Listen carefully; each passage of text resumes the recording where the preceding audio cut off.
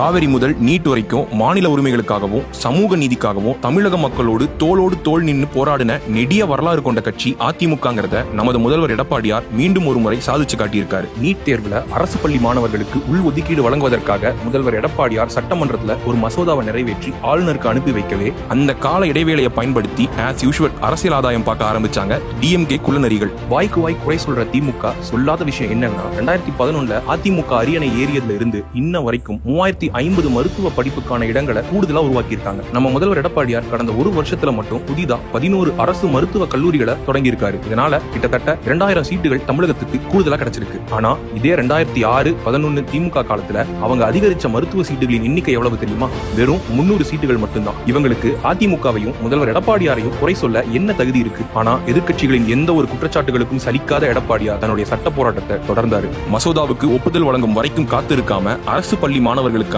மருத்துவ படிப்பில் 7.5% உள் ஒதுக்கீட்டை அரசாணை மூலமாவே வழங்கி மாஸ்டர் ஸ்ட்ரோக் போட்டு துவம்சம் பண்ணிட்டாரு. ஆனா அப்ப கூட வெற்றி கழிப்பு இல்லாம ஜனநாயக மாண்பு காரணமா தொடர்ந்து அழுத்தம் கொடுத்து ஆளுநரின் ஒப்புதலையும் வாங்கிட்டாரு. ஆளுநரின் இந்த ஒப்புதல்னால நீட் தேர்வுல பாஸ் ஆன 303 தமிழக அரசு பள்ளி மாணவர்களும் இப்போ மருத்துவம் படிக்க முடியும். தமிழ்நாடு அரசு பள்ளியில் பயிலும் மாணவர்கள் நீட் தேர்வில் தேர்ச்சி பெற்றாலும் மதிப்பெண் தரவரிசை அடிப்படையில் அவர்களுக்கு உரிய அளவுக்கு மருத்துவ இடம் கிடைப்பதில்லை. எனவேதான் தமிழ்நாடு அரசு பள்ளியில் பயிலும் மாணவர்களுக்கு தனியாக உள் ஒதுக்கீடு அவசியமாகிறது என்பதை இத்தருணத்தில் தெளிவுபடுத்த கடமைப்பட்டுள்ளது.